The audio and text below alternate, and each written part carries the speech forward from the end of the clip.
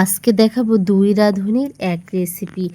ঈদ কিংবা যে কোনো অনুষ্ঠানে যখন বোন দুজন একসঙ্গে হই তখন কিন্তু রান্নাটা একসঙ্গেই করি।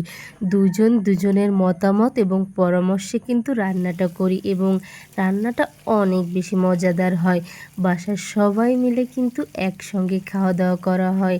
প্রায় ৬ মাস থেকে ১ বছর পর পর কিন্তু দুই বোন একসঙ্গে হই এবং বাসার সকলে একসঙ্গে হয়ে এই খাওয়া দাওয়ার আয়োজন। তো আজকে করেছিলাম খাসির বিরিয়ানি। এই যে প্রথমে তো মাংসটাকে ম্যারিনেট করে খুব ভালোভাবে সিদ্ধ হতে দিয়ে দিয়েছি। আর মাংস ম্যারিনেট করতে কি কি উপকরণ লাগে সেটা তো আপনারা জানেনই। এখানে কিন্তু একটা আস্ত আমি প্যাকেট দিয়ে দিয়েছি ১ কেজির প্যাকেট। আর এই যে কড়াই বড় একটা হাঁড়ি নিয়ে নিয়েছি। এর ভিতর দারুচিনি, এলাচ, লবঙ্গ এই মশলাগুলো দিয়েছি। তারপরে দিয়ে দিয়েছি একটু সাদা তেল। আর এই যে ধুয়ে রেখেছিলাম যে পোলাওয়ের চাউল সেটা ধরেই দিয়ে দিয়েছি। ১ কেজি চাউল ধরেই কিন্তু আমরা রান্না করেছিলাম। বড় একটা হাঁড়িতে রান্না করেছি।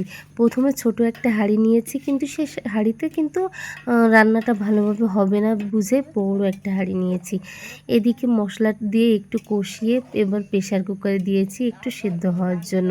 রান্নাটা খুব দ্রুতই হয়ে যাবে, তবে বিরিয়ানি রান্না করতে কিন্তু একটু সময় লেগেই থাকে, তাই একটু দ্রুত হওয়ার জন্য প্রেসার কুকারে দিয়েছি। এখানে নিয়েছি ১ মুঠো বাদাম এবং ১ মুঠো কিশমিশ একটু আধা ভাঙা করে নিয়েছি ব্লেন্ডারে। খুব বেশি কিন্তু পেস্ট আমি এখানে করিনি। হালকা যখন একটু গালে পড়বে না তখন খেতে অনেক বেশি ভালো লাগবে। এখানে কিছুটা আদা এবং রসুন বাটা নিয়েছি। আপনারাও কিন্তু এখানে বেটে নিতে পারবেন। আমি ডিপ ফ্রিজে বাটা ছিল সেখান থেকেই কিন্তু নিয়েছি। আপনারা চাইলে সরাসরি বেটে কিন্তু দিয়ে দিতে পারবেন। খুব ভালোভাবে একটু নাড়াচাড়া করে ধীরে আঁচে আমি ভেজে নিব। গলার অবস্থা খুবই খারাপ, তাই ভয়েস দিতে অনেক বেশি সমস্যা হচ্ছে। আশা করছি আপনারা বুঝতে পারছেন আমার ভয়েস। তো যাই হোক, এই যে একটু খুব ভালোভাবে মশলাটা কষিয়ে নিয়েছি। এখন কিন্তু এই যে এখানে পানি দিয়ে দিচ্ছি। এই পানির সঙ্গে রয়েছে ১ পোয়া পরিমাণ দুধ, অর্থাৎ ২৫০ ml দুধ রয়েছে এখানে। আর বাকি যতটুকু পানি প্রয়োজন ততটুকু কিন্তু ফুটতে দিয়ে দিয়েছিলাম। সেটা দিয়েই কিন্তু এই পোলাওটা হয়ে যাবে। প্রথমে পোলাওটা তৈরি করে নিব, তারপরে কিন্তু বিরিয়ানি হবে। তো এই যে এখন ঢাকনা দিয়ে ঢেকে দিয়েছি আর এদিকে কিন্তু মাংসটা আমার হয়েই গেছে। দেখতেছিলাম যে সেদ্ধ হয়েছে কিনা। তো খুব ভালোভাবে কিন্তু সেদ্ধ হয়ে গেছে। ঝোলটা একটু টানিয়ে নিলেই কিন্তু হয়ে যাবে। এদিকে পোলাওটাও কিন্তু খুব ভালোভাবে সেদ্ধ হয়ে গেছে।